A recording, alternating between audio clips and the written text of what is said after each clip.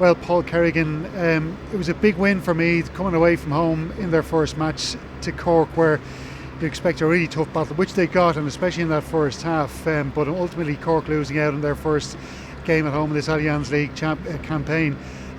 Do you think maybe it's the fact that Cork didn't score enough in that first half kind of damaged them? Just a 2-point lead for all their hard work, maybe giving Meath a bit of confidence going into that second half. Yeah, definitely. I think Cork should definitely probably been more than the 2 points up at half time.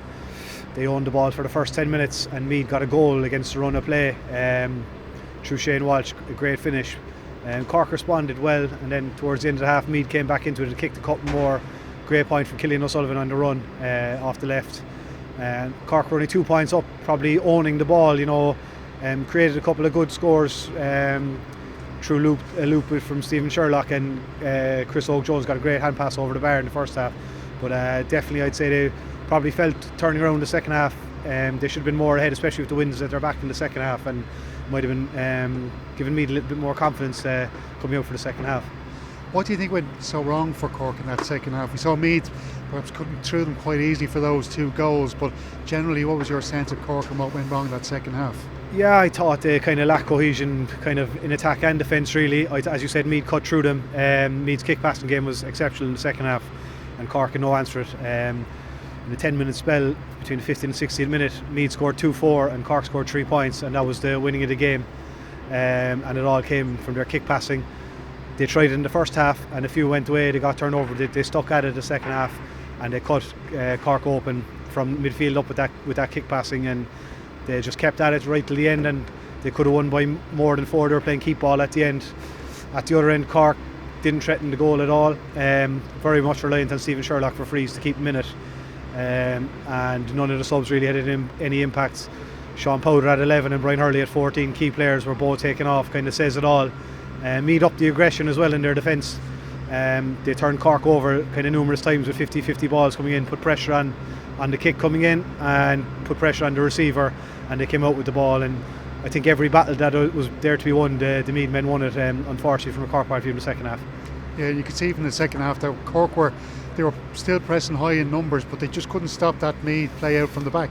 No, they tried it, and Meath, they just upped the ante in the second half. The keeper Harry Hogan was out looking for short kickouts quickly. Meath they weren't laborious at all. If the kick pass was on from a full back line out to the half back line in midfield, they would do it, and they were just skipping lines, skipping Cork, kicking it over Cork men, and then they were playing from midfield in, and they just upped the intensity, and Cork couldn't live with it. Kind of prime example was Cillian O'Sullivan's goal off the shoulder. He just ran right through the Cork defence, side through him, and slid it past Micheál Martin, and it was just that level of, I suppose they upped their game, and Cork just couldn't live with it. There seemed to be some optimism for Cork after the McGrath Cup, and as well a lot of talk of players who were injured last year coming back, and that you would think would give Cork a bit of a boost coming into this league campaign. Look, we're only one game in, so you can't write a team off yet. But I'm kind of looking at the Sigerson Cup as well. Perhaps that's maybe damaging Cork more than maybe some other counties around the country. Yeah, I think on the Sigerson Cup, kind of talking to the lads, I think Cork had only half a panel training during the week. They had so many guys involved with MTU, involved with UCC. Conor Corbett's up in Dublin with DCU, so they have a lot of guys tied up there. I know Ian Maguire missed the McGrath Cup final, and Kevin O'Donovan was injured for the last 2 weeks, so that was 2 guys coming back, maybe not up to the full fitness, but I think for the most part though, Cork people would have been very positive about the way the team was kind of set up throughout the McGrath Cup and going into this game.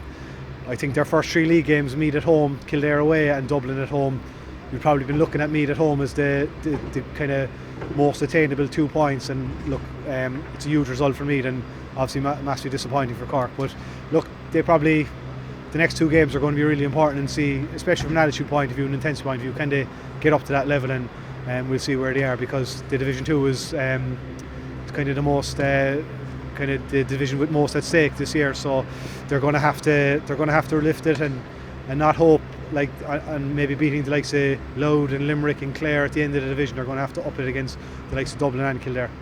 I'm sure Cork supporters really would feel that it wouldn't do to have Cork in the Tailteann Cup, with all due respect to the tournament.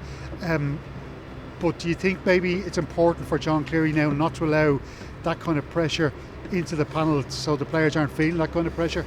Yeah, I think that pressure is going to come in anyway. I think they all know what's at stake. They all, from my time playing with a good lot of them, they want to be playing the likes of Dublin regularly, the likes of Mayo, the likes of Tyrone, Kerry regularly, and that's the only way you're going to get better. I think, like, I'm not saying Cork are too good for the Tailteann Cup, but I think they want to be in the Sam Maguire Cup. And look, that pressure is going to be there, but if you're playing senior inter-county football at the Sam Maguire level, the pressure is going to be there all the time, and I think they're just going to have to suck it up, and John Cleary might try shelter him, or might try push him on to try and get over it and get the result, but I think they want to be playing at that level, and look, the pressure is going to be there at that level regardless. Just interested to get your thoughts on Meath as well. Obviously a big year for them with Colin O'Rourke taking over. He spoke about that second half and telling the players not too much tactically, but he said he saw those nerves and just said to them, go out there and play, just go out there and enjoy your football. Yeah, they look like a nervous team, especially in the first half, and especially in the first 10 minutes. It was Shane Walsh up front kept them in it, and in the second half they were like a team transformed. It was like they just threw the shackles off, and just, as I said, their defenders were really tigerish and tight, and then from midfield up they were really crisp, and their interplay was excellent. I think their leaders like Donald Keoghan, Cillian O'Sullivan, and especially, like, I think they've bought into his mantra, and they led the way, and I think the younger fellas saw that and followed it. Like, so Jack O'Connor came on off the bench, got 2 points. Cathal Hickey drove up from cornerback and kicked a point in the second half, so they really threw the shackles off in the second half, and I'd say they'll take fair's heart from that result, and especially the way they played.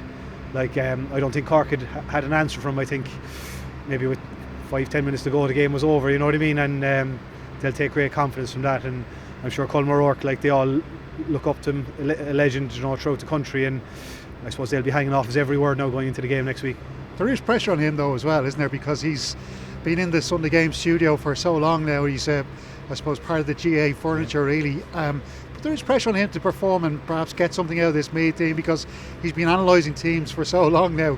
I'm sure there'll be a lot of former managers probably looking at Colin O'Rourke and his Meath team's performances. Yeah, I suppose he's been in the studio, and I think this is his third time. I think he went for the job twice before and didn't get it. He might have thought it was past him age-wise, but look, I'm sure he'll have a go. He retired from work just to focus on it, you know what I mean? So yeah, there'll be plenty of people looking at him, but the likes of him in the Championship and John Cleary in the Championship, you want characters like that and guys who've been there and done it, and I think everyone will be looking on, especially Leinster, to see how Meath get on. Look, I think outside the dubs, the likes of Meath, Westmeath and Kildare will fancy their chances to beat each other and get to the final, and I think look, Division 2 is a big part of Meath's development. Look, there was a big crowd came down from today. There was plenty of people around before the game, and they're going home happy today, you know what I mean? And I think he's got the perfect start. I thought, looking at their O'Byrne Cup results, I think he kind of ruled that they were fairly wasteful and didn't kick on, and that was polar opposite of what they did today. They kept going till the very end, and you know, I think kicked, it was a 3-13, you know, and were playing keep ball towards the end, so he'll feel there's probably more in him, you know what I mean?